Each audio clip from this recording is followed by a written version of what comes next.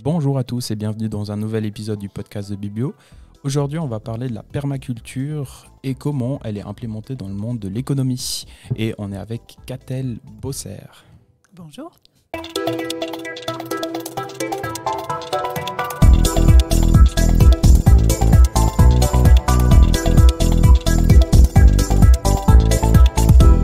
Bonjour à tous, bonjour Colm. En forme? Très en forme. Dès que j'entends cette musique, ça me réveille. me refournit de l'énergie, donc je suis au top. Et toi, Robin? Je vois le feu dans tes yeux, c'est magnifique. Moi, ça va bien, ouais. Tip top, en forme. Et aujourd'hui, on est avec Catel Bosser qui nous accompagne pour ce podcast. Bonjour. Bonjour, merci de votre accueil. Oui, Comment ça va? Plaisir. Ça va bien. Bon. Est-ce que tu es prête à parler d'un sujet assez complexe? Qui peut l'être, oui. Et on va essayer de le vulgariser, évidemment. Exactement. Le Donc plus peut-être facile À la possible. portée. Peut-être pour nos auditeurs, est-ce que tu arriveras à te présenter sur ce que tu as fait, ton parcours, etc. Alors, tout début, je viens du monde des soins. Mon premier métier, c'était infirmière. Et j'ai rapidement repris des études en sciences de la communication et relations publiques. Après, j'ai occupé plusieurs postes de type administratif, y compris dans des startups. Et puis, mon dernier poste salarié, c'était rédactrice en chef d'un magazine d'architecture. Et à la naissance de ma fille, en fait, j'ai annoncé ma grossesse à mon employeur et il m'a licenciée 2 jours après. Donc, je lui ai expliqué qu'il n'avait pas tout à fait le droit de le faire. Il m'a répondu que c'était un cadeau qu'il voulait me faire parce qu'il m'offrait 2 ans de chômage pour être avec mon bébé. Je disais, alors, les assurances sociales, ça ne sert pas tout à fait à ça. Puis la place de la femme dans l'économie, on n'a pas tout à fait la même perception non plus. Et j'ai créé l'association suisse des mamans entrepreneurs en même temps que je créais mon entreprise et en même temps que j'accueillais ma fille. Et c'est comme ça que je suis tombée dans le giron de l'entrepreneuriat. Donc j'ai été présidente de l'association pendant 7 ans. Ensuite, je l'ai transmise. Et K, etc., l'agence de rédaction, qui était ma première entreprise, à 14 ans aujourd'hui. Entre-temps, j'ai aussi créé une petite agence d'événementiel dans le domaine de l'économie solidaire et sociale. Et plus récemment, j'ai créé Blooming Companies, qui fait vraiment du consulting, l'accompagnement d'entrepreneurs vers des modèles d'affaires plus régénératifs. Et en parlant de régénératif, du coup, on va parler de la permaculture. Toi, tu connais quoi de la permaculture, Robin? Oui, moi, pas beaucoup. Ouais. Je sais qu'on a dans les études, on a eu un projet qui se faisait même. Ouais. Que quelqu'un a ramené ce sujet entre nous, de la permaculture. Grosso modo, j'ai un peu une idée de quoi ça semble, mais je suis ravi d'apprendre un peu plus aujourd'hui, clairement. Et puis, il me semble que c'était notre cher Gauthier C'est qui ça. a lancé une cidrerie et qui a aussi respecte les modèles de permaculture au niveau, en tout cas, de la production. Et puis il y a pas mal de littérature aussi, je crois. Et puis il avait emmené beaucoup de recherches, de lectures sur comment lier ça à un business model. Et il me semble qu'il avait parlé d'un modèle de la ruche. Après, je me rappelle que sa présentation, elle était hyper complexe, donc je suis aussi très content de redécouvrir un peu ce sujet de la permaculture. Donc toi, comment t'es tombé dans cette thématique et comment t'en as fait le lien avec tes entreprises? Alors en fait, moi, je suis née en Bretagne et le réveillon de l'an 2000, je l'ai fêté en nettoyant des mouettes qui étaient mazoutées par le naufrage de l'Erika. Donc ça m'a assez vite mis la problématique écologique sous le nez. Mais je ne savais pas trop quoi en faire. J'étais en plein dans cette nostalgie où il y a un truc qui ne va pas, mais je ne sais pas comment y réagir. Et en fait, c'est seulement en 2015 que je suis partie en vacances en Grèce avec ma famille, donc mes 2 enfants, mon mari. Et j'avais dans les valises 2 livres. Un livre de permaculture, parce que je voulais faire pousser des légumes bio sur mon balcon, en bonne bobo lausannoise, au centre-ville. Et un livre sur les finances, parce que j'avais des questions à résoudre sur le plan financier de mes entreprises. Et on est arrivé et il n'y avait pas de Wi-Fi. Il n'y avait pas de Wi-Fi, donc j'ai lu un livre, puis l'autre, puis l'un, puis l'autre, puis l'un, puis l'autre. Et au bout d'une semaine, ça a fait chlouf dans ma tête. Et je me suis dit, mais en fait, si on appliquait les principes de la permaculture à l'entrepreneuriat, on résoudrait d'une seule pierre plein de problèmes, aussi bien le bien-être des employés, les questions financières, les questions d'inégalité dans la société, les questions de gestion des ressources, les questions... vraiment, ça peut porter à plein de sujets. Donc la permaculture, pour moi, alors il y a des fois des gens qui me disent « Ah, mais tu n'accompagnes que les agriculteurs ou que les... Non, pas du tout. C'est vraiment un modèle de pensée que j'applique à l'entrepreneuriat. C'est une référence. Donc la permaculture, en soi, c'est plus une philosophie qu'une technique de jardinage. C'est un ensemble de principes, de concepts, et qui est transposable à plein de domaines. Quand j'ai fait ma formation en permaculture, puisqu'après j'ai fait une formation, il y avait une personne qui travaillait dans une garderie pour enfants et qui disait moi je suis permacultrice d'enfants. Et voilà, on peut le transposer à vraiment beaucoup de domaines différents. Plusieurs principes, donc ça veut dire qu'il y a aussi une complexité dans ce modèle, comme dans quasiment beaucoup de modèles et on va dire de philosophie dans l'entrepreneuriat. Est-ce que tu arrives à le vulgariser pour nos auditeurs, à quoi ça ressemble en fait la permaculture en général? Alors, c'est vraiment d'aller chercher dans un système donné à densifier les liens entre les éléments pour avoir le plus de résilience possible. Après, si je dois donner quelque chose de rapide à emporter, ce seraient les 3 éthiques. La première éthique, c'est de régénérer la nature. Tout ce qu'on fait doit avoir une visée régénérative sur l'écosystème naturel qui nous entoure. Le deuxième principe, c'est régénérer les gens. Et le troisième principe, c'est de partager les surplus. Alors sur un potager, on imagine bien qu'une récolte de courges, une fois qu'on en a 8, qu'on a fait 3 soupes, on partage avec les voisins. Et en fait, ça peut être la même manière dans une entreprise. Et ça, alors c'est le plus délicat à amener auprès des entrepreneurs. Je me souviens d'un client qui avait, il avait passé la soixantaine, puis il dit j'ai quand même pas passé toute ma vie à bosser pour tout donner aux bonnes œuvres. Et dans ce cas-là, on peut réintroduire le capital dans d'autres entreprises vertueuses. Et là, on entretient un cycle vertueux en fait. Mais ça ressemble un peu plus au modèle qu'on connaît déjà, donc le changement est moins effrayant. On retrouve les 3 piliers qu'on parle souvent dans nos podcasts, vu qu'on est aussi lié beaucoup à la durabilité avec le côté économique, côté social et le côté écologique. Voilà. Je pense que c'est 3 piliers qui peuvent se ressembler. Après, comme tu as dit, il y a plusieurs autres principes qui viennent agrémenter ces points et ces éléments. Moi, c'est une question que je me posais bien maintenant. C'est quoi finalement la raison principale pourquoi les entrepreneurs se posent ces questions au niveau de la permaculture et puis l'entreprise? Parce que comme on a parlé, toi tu fais un peu du consulting et puis aussi c'est du consulting et puis qu'est-ce qu'on a parlé avant? C'était du coaching, oui. C'est ça, ouais. En fait, ce que je dis, c'est que je consulte les problèmes et je coach les personnes. Parce qu'une fois que les problèmes sont résolus, ça entraîne une croissance et là, il faut un changement d'état d'esprit du fondateur pour pouvoir accompagner cette croissance. Donc les deux pour moi sont indissociables. Et ce qui les amène à ça, c'est les problèmes classiques. J'ai plus le temps, je me vois plus les mains, je suis complètement débordée, je perds le fil, je sais plus où j'en suis, ou bien une menace sur des ressources où il y a tout à coup soit un turnover important dans l'équipe ou des problèmes d'approvisionnement. Et puis, couplé à ça, il y a une recherche de valeur. C'est un peu les crises habituelles des entrepreneurs, plus une recherche de valeur. C'est quitte à résoudre ce problème-là, est-ce qu'on ne peut pas faire encore plus juste que seulement revenir à la situation d'avant? Moi, quand on parle souvent de permaculture, j'avais visité quand j'étais étudiant à l'école professionnelle une production de vin en Valais qui fait du vin sous permaculture. Et je me rappelle, il y avait ces grandes toiles d'araignée entre les vignes et j'étais en mode qu'est-ce qu'ils font? Et en fait, l'idée, c'était d'utiliser justement les araignées comme, entre guillemets, pesticides pour aller chasser les prédateurs des vignes. Donc, il y a souvent cette notion de risque, etc., et de résilience. Et puis, je me rappelle la première fois qu'on en avait parlé avec cette personne qui avait fait ce vin, elle avait parlé de résilience et de comment elle voyait que ces vignes pouvaient vivre finalement toutes seules et se régénérer toutes seules, se créer, etc. La résilience, est-ce qu'elle est vraiment beaucoup plus apparue après cette pandémie et cette crise mondiale auprès des entreprises, de ton point de vue? Alors, la pandémie a déclenché des résiliences. Alors, dans les entreprises, certainement, il y a eu une adaptation à l'outil digital qui était forcée. Enfin, on a vu plein de gens passer en télétravail.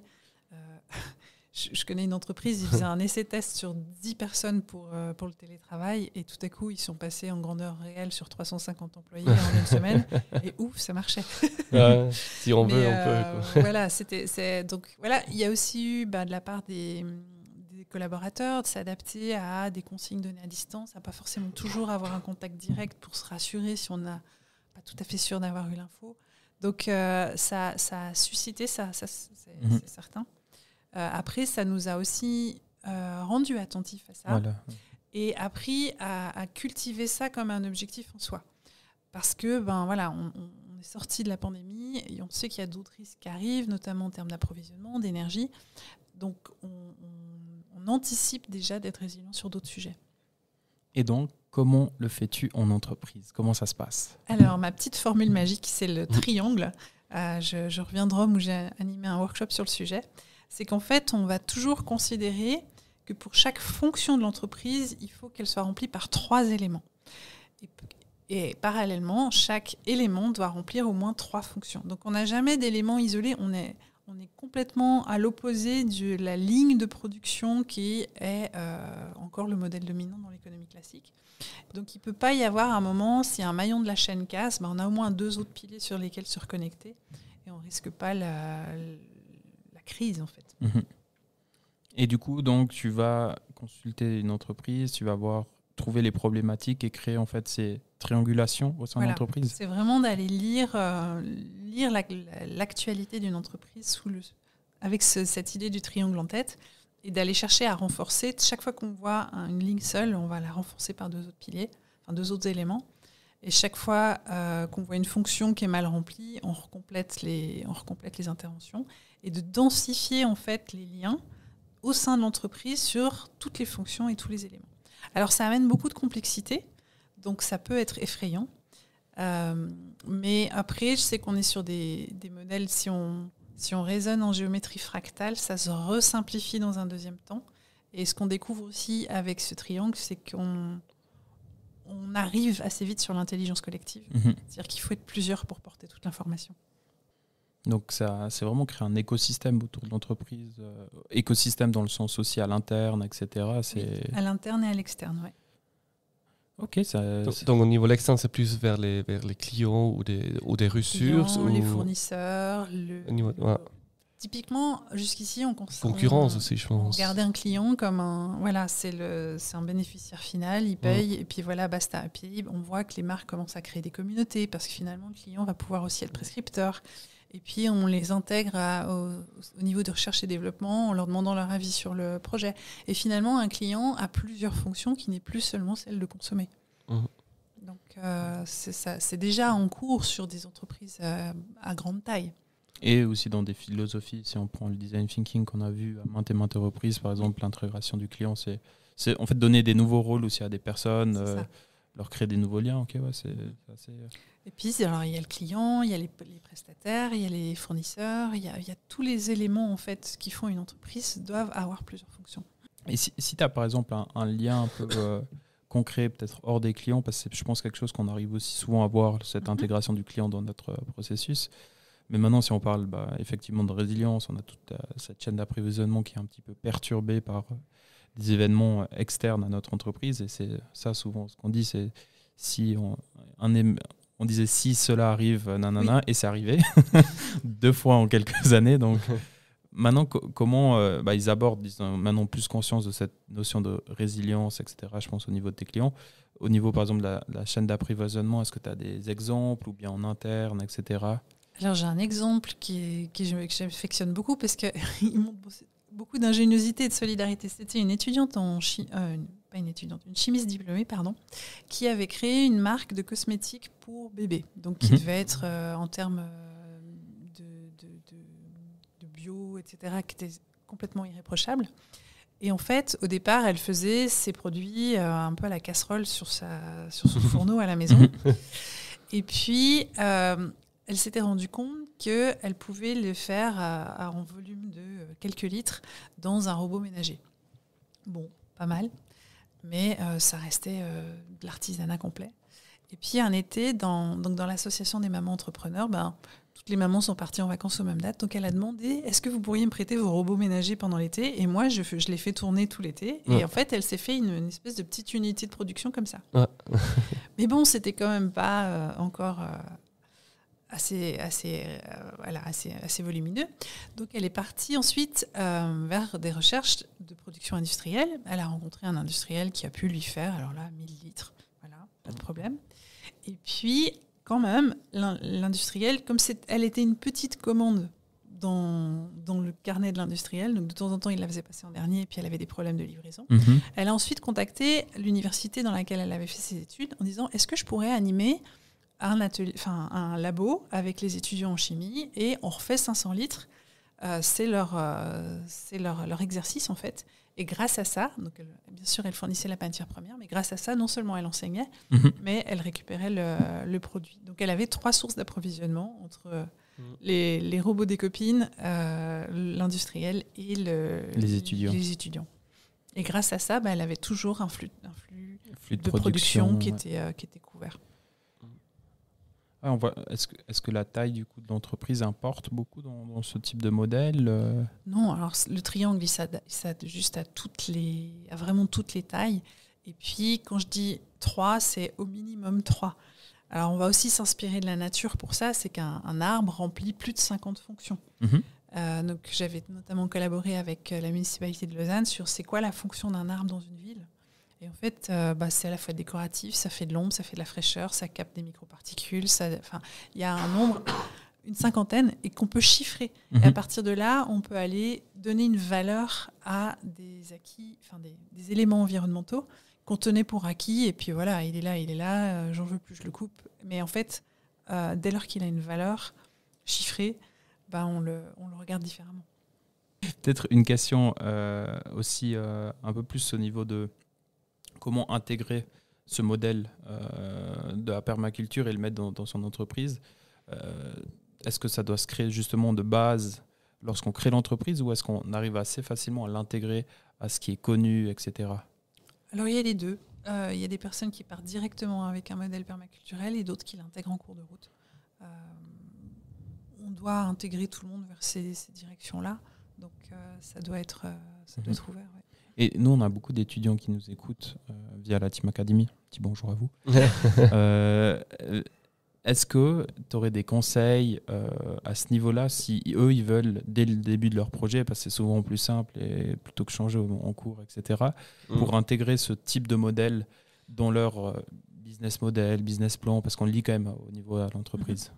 Alors, Blooming Companies anime un incubateur pour les jeunes entrepreneurs et on reprend vraiment la méthodologie de la permaculture, c'est-à-dire qu'on aborde l'entreprise comme on aborderait un jardin. Donc, l'acronyme, c'est BOLREDIM.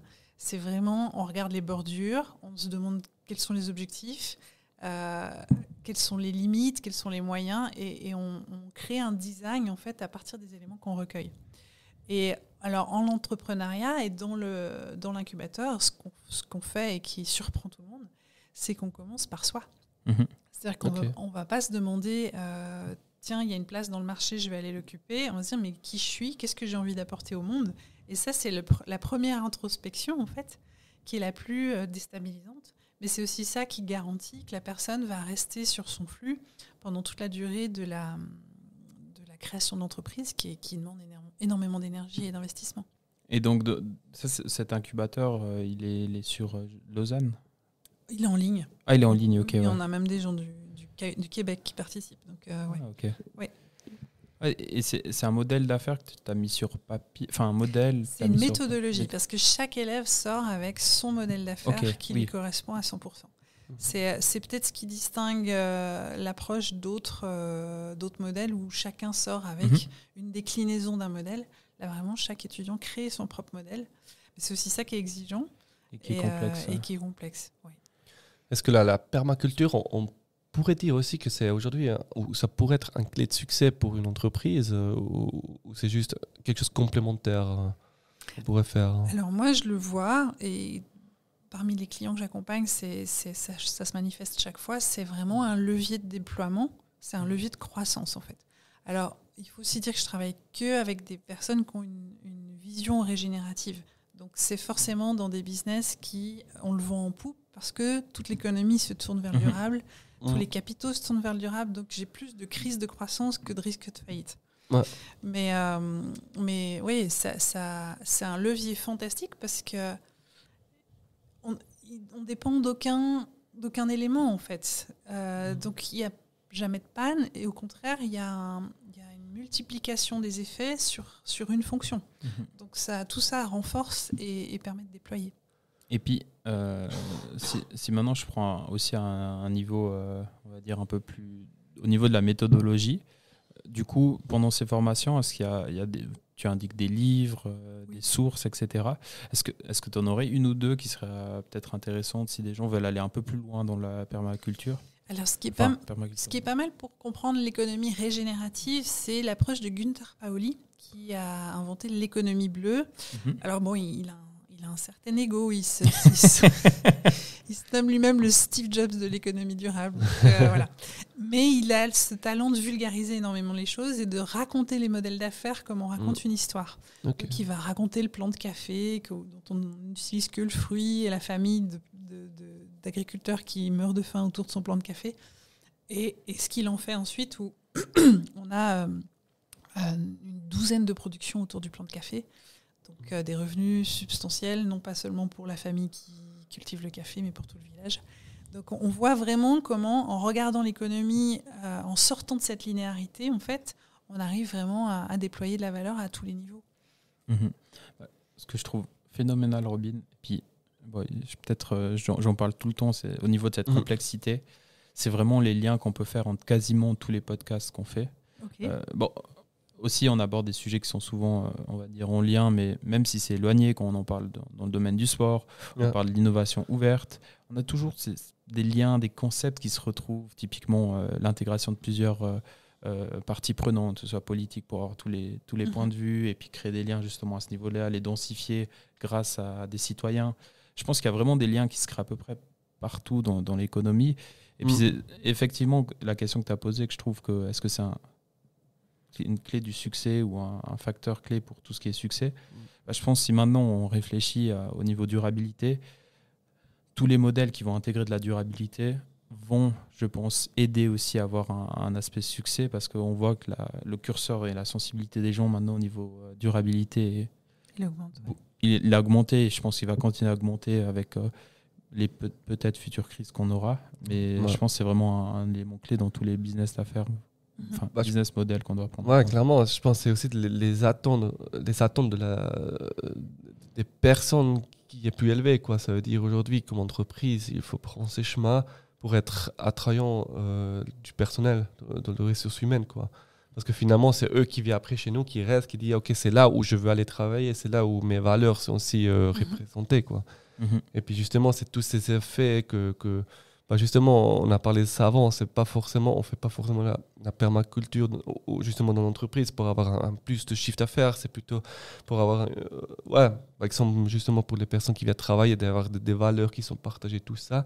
Mais ce qui est intéressant par après, il y a justement aussi les chiffres d'affaires qui augmentent dans souvent les cas, parce que les gens sont plus impliqués, ils sont plus derrière l'entreprise, quoi. Et puis t'as plein de domaines où on peut remarquer ça, quoi. Et puis l'écologie personnelle. Parce que c'est aussi vraiment, donc dans ce pilier de la permaculture, il y a aussi régénérer l'être humain, c'est réintégrer des personnes qui étaient exclues du système traditionnel, régénérer des personnes qui sont déjà à l'intérieur, qui parfois ont perdu le sens dans leur activité, et tout à coup de réussir à réenchanter tout ça, à remettre de la joie comme étant le principal KPI de l'activité. Donc voilà, quand on suit sa joie, le chiffre d'affaires suit, il n'y a pas de problème. Ouais, c'est... Peut-être encore une question technique de ma part. Au niveau de, vu que tu fais aussi du consulting, l'accompagnement en entreprise, quand tu arrives dans une entreprise et que tu présentes ton modèle, etc., il y a un moment, c'est soit du changement, de l'innovation du changement. Comment est-ce que tu gères ça au niveau des personnes, etc., parce qu'il y a souvent des craintes, des peurs, etc., des refus. Comment ça se passe avec ce modèle spécifique ? En fait, dans un jardin permaculturel, il n'y a pas de mauvaises herbes et il n'y a pas de parasites. C'est des éléments du système qui donnent des informations. Ok. Donc, par exemple, un jardin qui a trop de limaces, c'est qu'il manque des canards. C'est comme ça qu'ils abordent les choses. Donc, si tout à coup, il y a trop de résistance sur un même sujet, c'est qu'il y a quelque chose à aller traiter. Après, il y a aussi des proportions qu'on connaît de résistance qui sont tout à fait normales. Il y a toujours les 2-3 qui rechignent, qui mettent les pieds au mur, mais... Ça, c'est des choses qui ont été très expérimentées en sociologie. Ils existent dans tous les groupes. C'est-à-dire que même si on les enlève, ils s'en recréent 3 autres. Donc, c'est des équilibres collectifs, en fait. C'est de la dynamique de groupe. Et puis, le but, c'est d'arriver à ces individus... Enfin, comment on appelle ça ? Ces individualités. Ces pourcentages qu'on ne peut pas compresser. Ouais. Et puis là, de se dire, en gros, on a toute l'équipe, donc on avance. Mais la résistance fait partie du processus. Et quand elle lâche, c'est là que ça propulse, en fait. Ok. Est-ce que tu as d'autres points à aborder, toi, de ton côté, d'éléments que tu veux mettre en avant, d'exemples, etc., que tu trouves intéressants pour nos auditeurs? J'en aurais plein. Faudrait en faire un autre podcast. Ouais. Voilà, exactement. Deuxième épisode. Mais on peut te retrouver sur YouTube avec des exemples de... Voilà, alors j'ai une chaîne YouTube sur laquelle je partage certains contenus. J'ai aussi écrit 2 livres, donc Blooming People, manuel d'abondance à l'usage des jardiniers de la vie. Donc c'est le premier, celui-là il est vraiment pour monsieur, madame, tout le monde, il est très très vulgarisé. Et c'est comment mettre l'argent au service de sa vie et non sa vie au service de l'argent. Et le deuxième s'appelle Blooming Companies, manuel précise botanique à l'usage des entreprises florissantes. Et là, on est vraiment beaucoup plus sur la partie entrepreneuriale, création du concept, la croissance, et puis comment on gère la conscience de l'entreprise, en fait. Et alors, celui-là, il est déjà un peu... out of date, c'est un peu en anglais, je ne sais pas pourquoi. Mais je suis en train de le revoir parce que ces concepts qui sont sortis il y a 4 ans sont déjà monnaie courante maintenant. Ça avance très très vite, la connaissance sur le sujet, c'est réjouissant. Donc, je suis en train de faire une remise à jour et il sera probablement disponible début d'année prochaine. Ok, super.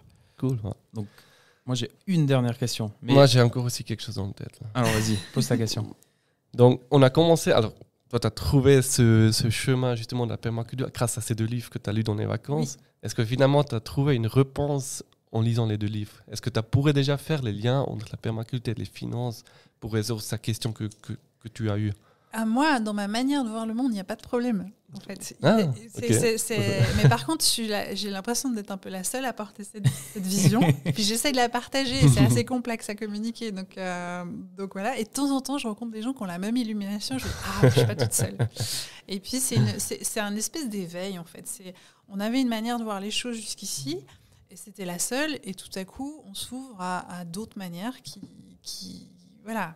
C'est la diversité, c'est de la diversité intellectuelle. Et voilà, c'est ce qu'il nous faut maintenant, en fait, je dirais. Autant on est passé par une phase de normalisation de l'économie et maintenant, il faut rediversifier pour être plus résilient. Wow. Et donc, moi, ma dernière question, je pense, qui va importer vraiment nos auditeurs, et c'est peut-être la question qu'ils veulent tous savoir, c'est est-ce que tu as ton jardin permaculturel à Lausanne maintenant? Oui, alors je fais pousser 20 kilos de légumes par été à peu près sur un balcon à Lausanne. Et j'ai des poules aussi sur un balcon, donc des poules naines qui nous font des œufs. Voilà, des œufs tous les jours. Donc oui, j'applique ça. Alors j'ai pas de grand jardin, j'ai pas de maison autonome, ce serait mon rêve, mais j'en ai pas encore les moyens. Et mais je fais tout ce que je peux à la maison. Ouais. Ok, nice. Trop bien, super. Merci beaucoup déjà pour l'intervention. Avec plaisir. Puis aussi merci quand même pour toi, pour ta présence.